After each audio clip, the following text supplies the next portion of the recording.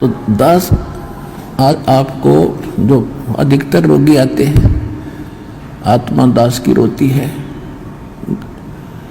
यहाँ तो रोने का समय नहीं मिलता, एकांत में जाकर मैं देखता हूँ परमात्मा आपके बच्चों का क्या हाल हो गया है।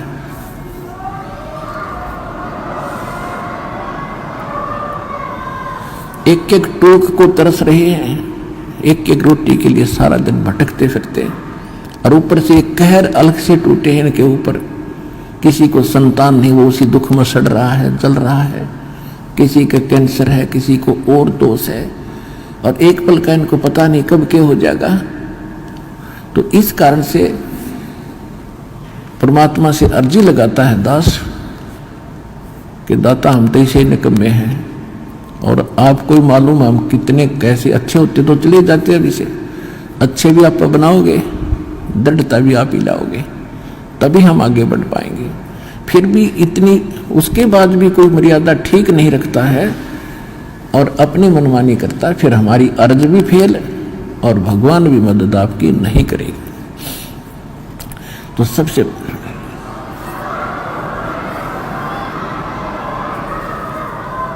तो कहने का भाव ये है कि जैसे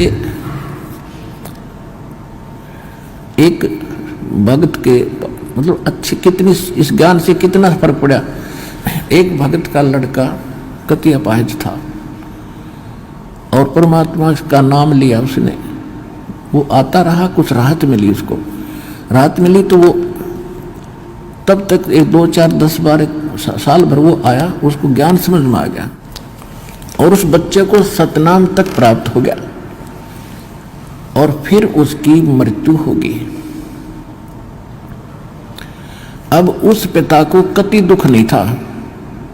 उसने ये शब्द कहा कि जी आपका बच्चा शरीर छोड़ गया, सतलोक चला गया, वहां भी कोई बात ना, यह तो आत्मा परमात्मा की है, और उसने देखना है कि उस अपनी आत्मा को वो कैसे छुड़वाओगा परमात्मा इस काल के जाल से।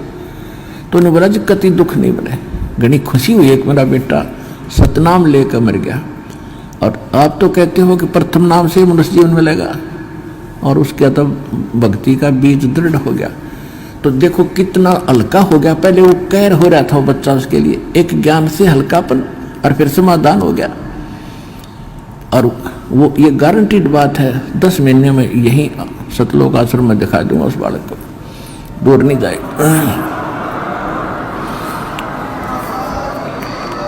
तो हमारा यहाँ जो मूल सौदा है, जो मूल हम सौदा करते हैं, वो तो इस आत्मा का कल्याण का है, और बाकी जो आपको सुख देंगे हम यहाँ परमात्मा देगा। दास तो देखो परमात्मा ने हमारे इस दास को खूब सतर्क कर रखा है कि अपने ऊपर कभी ना लेना, खुद भगवान ने नहीं ली। परमात्मा की एक वाणी है, सुख देता है दिए जात है, ये दाता दिन रैन, और लोग भरम मोह पे करें ताते नीचे नैन। देने वाला परमात्मा कबीर जी है, और दास को केवल एक बीच में आपका मीडिया बनाए बैठा है। और आपको आप कहते हैं गुरु रामपाल ने ये सुख कर दिया, तो उसमें दास के नैन नीचे हो जाते हैं। परमात्मा कहते हैं कि देने वाला दे रहा है और लोग भरम मुझ पे कर रहे हैं ताते नीचे नैन। कहने का भाव ये है, देखो करेगा तो इस दास के माध्यम से। इस दास को ये समझ लो एक सिरिंज है इंजेक्शन लाने वाली, और यह ओके सिरिंज बढ़िया नीडल है, इसमें दवाई है भगवान, और लगेगी रामपाल के आशीर्वाद के माध्यम से यह दवाई भगवान वाली जाएगी ऐसे।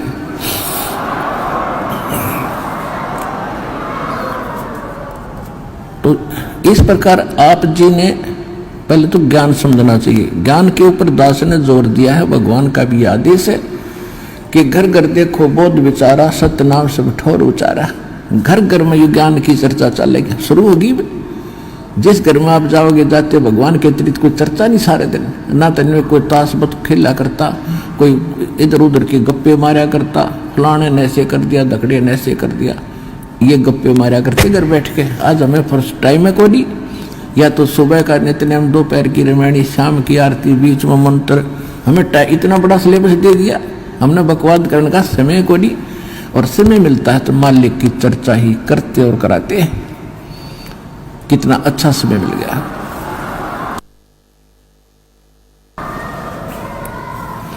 तो कहने का भाव यह है कि पहले इस ज्ञान को समझो और ज्ञान समझ के फिर भक्ति शुरू करो। चाहे कितना भयंकर रोग है, भगवान परमात्मा ने प्रसन्न कर दो।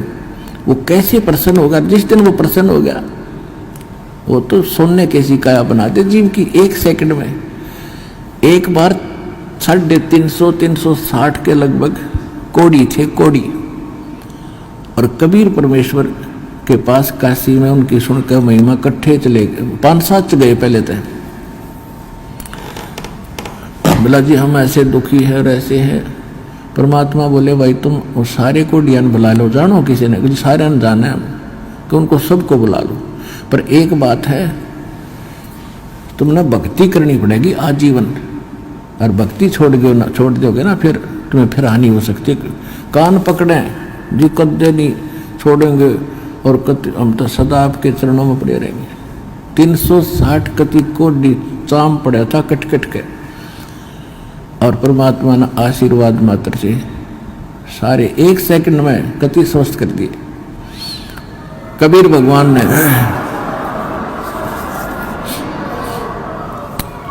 अब वो हो गए स्वस्थ कति। अब जाते उन्हें तक 10-5 दिन तो महीने 2 महीने तो ठीक सी भक्ति करी, फिर हुए बकवाद भागी। कोई कितना किसी कपड़े पहरे अंडर, कोई ब्याह करवा लिया, और कितो कोई फंड कर रहा है, वो भक्ति छोड़ गए। अब परमात्मा ने दास को एक इंस्ट्रक्शन दे रखी है कि परमात्मा करता ऐसे भी सकता है, लेकिन वो करके देख लिया ये बकवादी को ना कब आते। अब उनको सुख भी दे दिया, फिर काल के पाले में जा खड़े हुए, क्या फायदा हुआ? वेस्ट, मालिक की शक्ति खराब गई। लेकिन परमात्मा ने अपनी, वैसे मालिक की पावर तो एंड होता ही नहीं, लेकिन उस समय मालिक ने यह दिखाना था कि भगवान जो काम करा करा वो कबीर जी कर रहे थे। और इससे सिद्ध है कि कबीर इज गॉड। उस प्रमाण के लिए ये भी हमारे लिए सिद्ध होता है कि परमात्मा कबीर जी है। एक बार दास एक गांव में एक भगत के सत्संग करण पाठ करा कर घर घर में जाकर, उनके पड़ोस में एक लड़की के, जवान लड़की ब्याह रखी हुआ और शादी हुई थी। दोनों गुर्दे फेल हो गए और उनने छोड़ दी। सारे चेक करा ली, कोई राप नहीं, और खाट में पड़ी सोई आ रही, मुंह पर हाथों पर। हमारे उस भगत ने उनसे कहा कि आप दीक्षा ले लो, अरे यह लड़की, इनके आशीर्वाद नाम लेने से राहत मिलेगी तुम्हें। तो लड़की ने और उसकी माँ ने नाम ले लिया। फिर उनको उस भगत ने सलाह दी कि तुम एक पाठ करा लो घर पे, गुरुजी आते हैं पाठ करते हैं। हम उनके घर पाठ करने गए तो वह लड़की एक चारपाई पर पड़ी और उठन की हिम्मत नहीं, उन्होंने कहती है उठती है नहीं।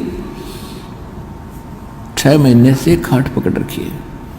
उसको उठा कर भगत उन परिवार वाले वहां जहाँ दास बैठा था वहां ले प्रणाम कराया। मैंने उनसे कहा कि इसको सेवा करवाओ, बर्तन साफ कराओ। भगत गए हुए थे 20-30 जैसे सत्संग जाते थे हम पाठ कराने, तो खाना खुना बनाते थे वहाँ, इनका बर्तन साफ कराओ। उनके घर वाले सोचने लगे भाई कैसे बर्तन साफ करेगी। भगत बोले जो कहा है तुम ऐसे करो, इसको बैठाओ पिड्डे पे। वो बैठा दी, 2 घंटे बर्तन साफ करे और अपने आप उठ के चल पड़ी। अब वो कति स्वस्थ होगी, पूरे परिवार ने नाम ले लिया और 1 साल के बाद सब छोड़ गए और वो अपने ससुराल चली गई। आज तक जात नहीं बुझी रामपाल की। ऐसे कृतघ्नी भी हम। तो अब परमात्मा ने हमें भी दिखाया है कि इतना जल्दी ना करें, करना तो है लेकिन ये टिक जाएंगे जब सारा ठीक कर देंगे। तो इसलिए परमात्मा ने उनको आशीर्वाद से कोड भी ठीक कर दिया, फिर काल की बकवादों में। तो इसे हम पसंद नहीं करते। हम चाहते हैं कि आपके अंदर भक्ति बनी रहे और धीरे धीरे आपका यो रोग ठीक हो, तब तक आप ज्ञान समझ जाओ।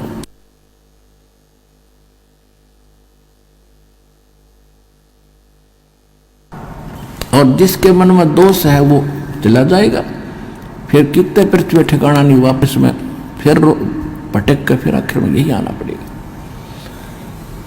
एक अभी कल ही मिल रहा था, एक बहन आ रही थी, उसको और उसका पति भी मिला। भक्तों ने बताया कि ऐसे ऐसे ये बहन आई थी 3 महीने पहले और इसको बहुत समझाया, नाम ले ले, इसका पति ने नाम ले लिया, इसने ना लिया।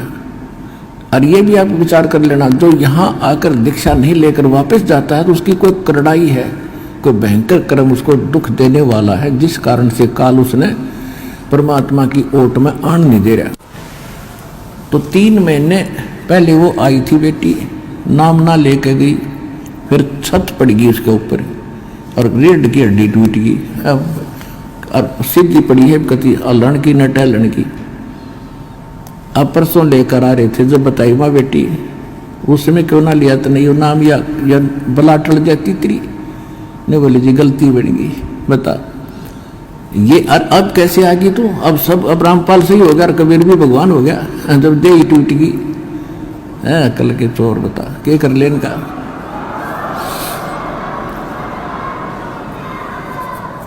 दुख में सुमरण सब करे, सुख में करे ना कोई। जय सुख में सुमरण करे तो दुख काहे को होवे। संत शरण में आने से आई टले बला, जय मस्तक में सूली हो वो कट्टे में टल जा। इस समर्थ परमात्मा की शरण में आने से यदि मौत भी हो, यानी सूली टूटना हो, तो कांटा लगकर ही बच जाता है।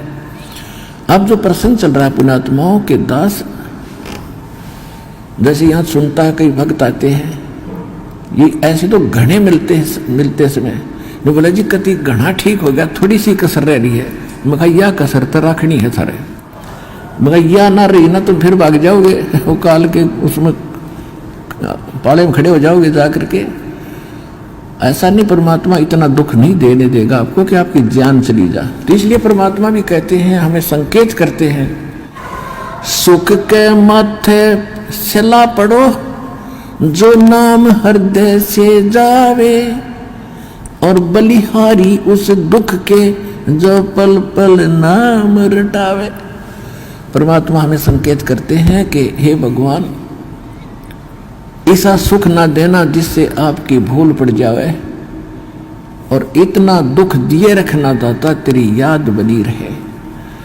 तो पुण्यात्माओं, हम सुखी होते ही भगवान बोलते हैं, और दुख जब हमारे ऊपर आते तो कर्मों के हैं, और फिर हमें भगवान याद आता है। तो हमारे, अब देखो आपके पापों में आग लगा रखी, भगवान ने आग लगा रखी।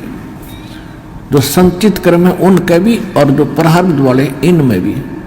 जब कर्म जले हैं, जब भी घास जलता है तब भी धुआं धावा आग उग थोड़ी बहुत दिखे जानो दुख दे रही है, लेकिन कति रोग कटन लाग रहा है आपका, तो थोड़ा बहुत कष्ट भी हो उसने सहन कर लेना। अब जैसे तो आपको जो भयंकर रोग थे, जो भयंकर दुखदायी कर्म है, पहले आपके उन पर कुवाड़िया चल रहा है परमात्मा का, और छोटे मोटे तो धीरे धीरे हो जाएंगे, सारे ठीक हो जाएंगे। जैसे डॉक्टर के पास कोई भयंकर मरीज जाता है, वो सबसे पहले डॉक्टर उस स्थान का इलाज करेगा जहां से रक्त निकल रहा है, यानी जिससे उसकी जान जानी हो। एक्सीडेंट हो गया, हड्डी टूट गई और कहीं रक्त स्राव हो रहा है, तो सबसे पहले डॉक्टर ये देखेगा कि इसका इस स्थान पर ऑपरेशन करें जिससे इसका खून रक्त बंद हो। और वो रो रहा है, डॉक्टर साहब टांग में दर्द घना है, हाय मर गया, तो डॉक्टर उसने ना देखता कि इसने तो चिल्ला लड़ते थोड़ी देरी, तो फिर कर दूंगा ठीक, पहले ये रोग काटना, ये करना जरूरी है जिससे इसकी मौत ना हो जाए। तो परमात्मा आप ताई हो एक दुख न ठीक कराने खातिर, और परमात्मा आपके वो पहले ठीक करेगा जिससे आपकी मृत्यु, जैसे आपकी मृत्यु निकट आएगी, समय आपका रहा नहीं, एक्सटेंड आपकी है नहीं आज्ञायु, तो सबसे पहले उस कर्म को बढ़ाएगा आपको जिससे आपकी एक्सटेंशन हो। उसके बाद फिर सुख तक दे जाएगा जब तक आप रहोगे शरण में। तो इसलिए आप विश्वास के साथ इस मार्ग पर लगे रहो, और जैसे दास कहे वैसे चलो, किसी की और बातों में आकर भगवान से दूर ना होना। आप सदा सुखी हो जाओगे, आपको सर्व सुख मिलेगा और मोक्ष मिलेगा।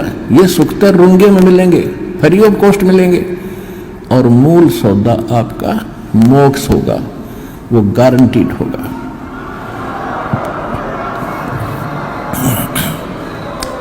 अगर आप ये वीडियो YouTube पर देख रहे हैं तो हमारे चैनल को सब्सक्राइब करें और बेल आइकन को दबाना ना भूलें। अगर आप Facebook पर ये वीडियो देख रहे हैं तो हमारे पेज को लाइक करें।